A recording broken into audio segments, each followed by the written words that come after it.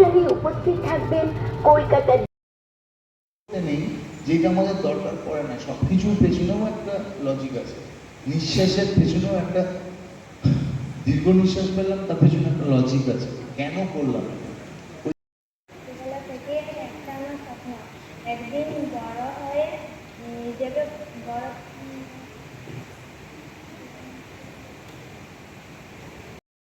একটাই স্বপ্ন, নিজেকে একদিন বড় পর্দায়। আর আমার অভিনয় মানুষের হৃদয় ছুঁয়ে। কিন্তু কখনো মা বাবাকে হারিয়ে সেই স্বপ্ন রাখতে।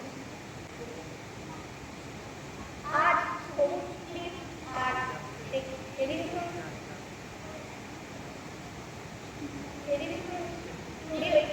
এসছো কোথায়? তুমি অডিশন দিতে এসছো?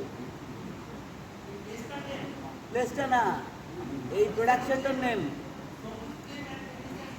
টেকনিশিয়ান। হ্যাঁ ঠিক আছে স্যার।